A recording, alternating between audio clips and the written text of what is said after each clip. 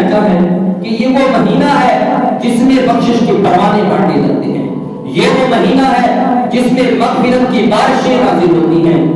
شاعر نے اپنے شریف کا کہتا ہے، گھر پر ہمارے رب کا مہمان آ گیا ہے، گھر پر ہمارے رب کا مہمان آ گیا ہے، مولا سے بخشوانی رمضان آ گیا ہے۔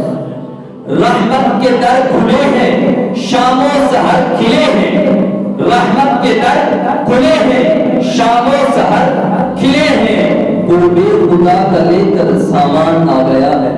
لطف و کرم کے دھارے رحمت کی یہ نظارے، بندوں پہ اب خدا کا فیضان آ گیا ہے، بندوں پہ اب خدا کا فیضان آ گیا ہے۔ دل کی کرے صفائی، دل کی کرے صفائی، مل جائے گی رہائی۔ شاعر کیا کہتا ہے؟ دل کی کرے صفائی، مل جائے گی رہائی، کرنے ہماری مشکل آسان آ گیا ہے۔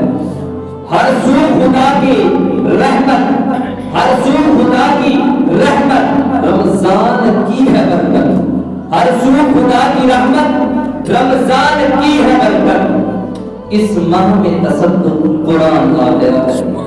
کیا خوبصورت انداز میں شاعر نے رمضان المبارک کی فضیلت پر خوبصورت نقشہ کھینچا اور اپنے الفاظ میں بیان کرتا ہے کہ یہ وہ مہینہ ہے جس میں رحمت کی بارشیں چھما چھم نازل ہوتی ہیں، یہ وہ مہینہ ہے جس میں مغفرت کے پروانے بانٹے جاتے ہیں، یہ وہ مہینہ ہے جس میں ایک نیکی جو ہے، ایک سجدہ جو کرنا ہے وہ 1500 نیکیوں کے برابر اس کا ثواب ہے۔ یہ وہ مہینہ ہے جس میں نوافل کا ثواب جو ہے وہ فرض کے برابر کر دیا جاتا ہے اور فرض کا ثواب جو ہے 70 گنا بڑھا دیا جاتا ہے۔ حضرت سیدنا محمد رسول اللہ صلی اللہ تعالی علیہ وسلم، شفیع معظم، شاہ بنی آدم، سلطان دو جہاں صلی اللہ تعالی علیہ وسلم ارشاد فرماتے ہیں، جب حضور پاک صلی اللہ تعالی علیہ وسلم شب معراج کو تشریف لے گئے تو حضور پاک صلی اللہ تعالی علیہ وسلم نے ارشاد فرماتے ہیں، میں نے ایک نرالا فرشتہ دیکھا، لم ارى مثله، ایسا نرالا فرشتہ دیکھا کہ وہ اللہ کی جب تسبیح بیان کرتا تو وہ اللہ کا جو عرش خوبصورت آواز میں جب وہ رب کی تسبیح بیان کرتا تو رب کا عرش جھومنے لگ جاتا، تو اس کی آواز اتنی خوبصورت تھی۔ میں نے جبریل امین سے کہا کہ جبریل امین، ایو خلقی ھذا، یہ کون سی مخلوق ہے؟ ایو خلقی ھذا، یہ کون سی مخلوق ہے؟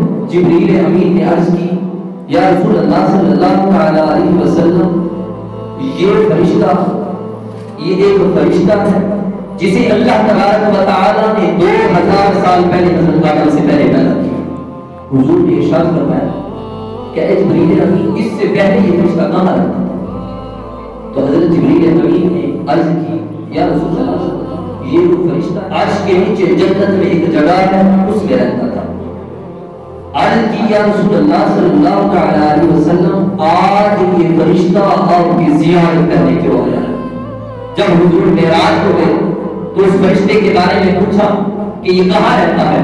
جبریل امین نے عرض کیا، رسول اللہ صلی اللہ تعالی علیہ وسلم، یہ جو فرشتہ ہے عرش کے نیچے ایک جگہ جنت میں رہتا ہے، عرش کے نیچے ایک جنت ہے، اس میں رہتا ہے۔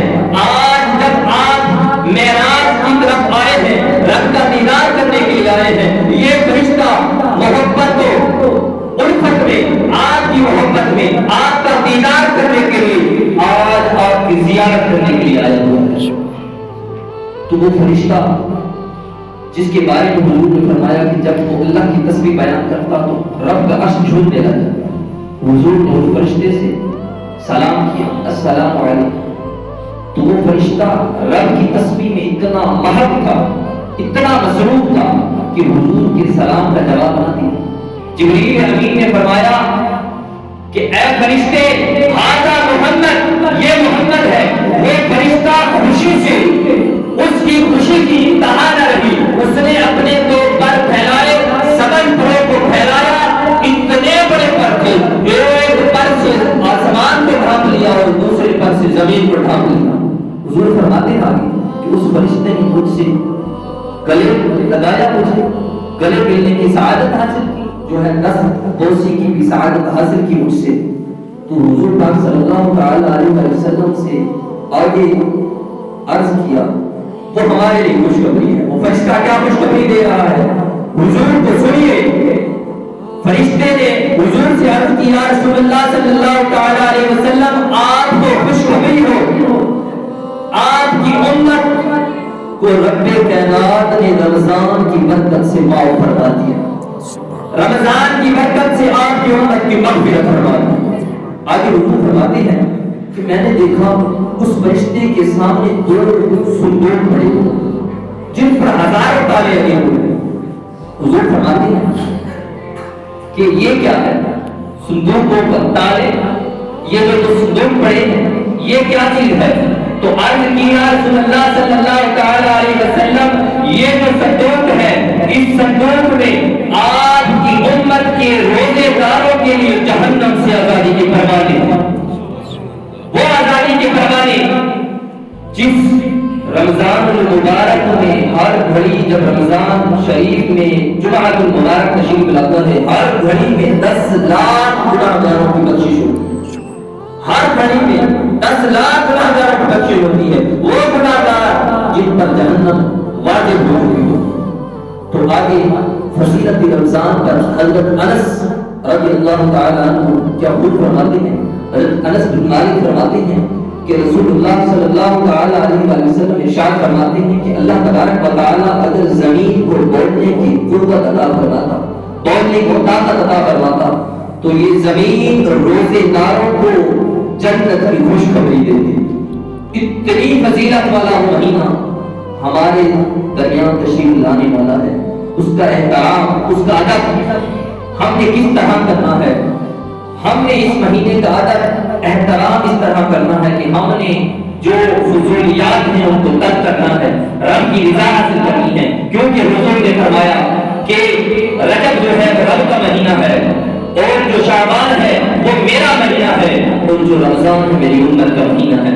آج وہ مہینہ جس کے بارے میں حضور نے فرمایا کہ میری امت کا مہینہ ہے، وہ مہینہ ہمارے درمیان تشریف لانے والا ہے. ہم نے تمام فضولیات کو ترک کرتے ہوئے رب کی رضا حاصل کرنی ہے.